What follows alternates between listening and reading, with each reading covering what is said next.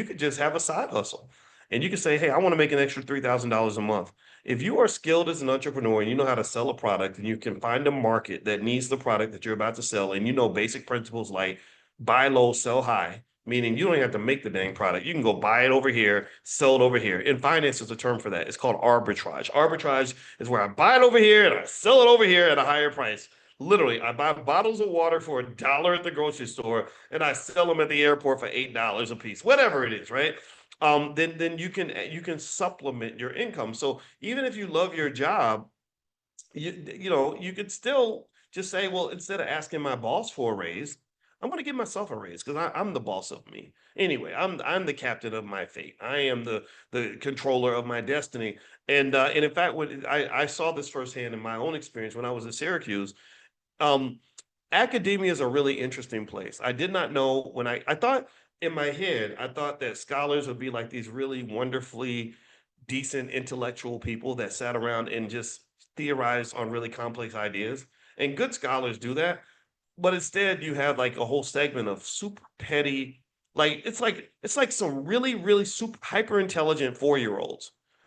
I mean, scholars can be some of the most petty, pathetic, immature, narrow-minded people that you'll ever meet in your life. It was amazing. I've seen people have big arguments over whose office was bigger than the other person. I saw one guy demand that his wall get moved back a half an inch, or sorry, a half a foot. So he would have the biggest office in the department because that was in his contract, right? That's how crazy it would be. And so every year, one of the big fights they would have is over who got the biggest raise. So the chairman would decide, okay, you get 5%, you get 2%, you get 1%, you get whatever.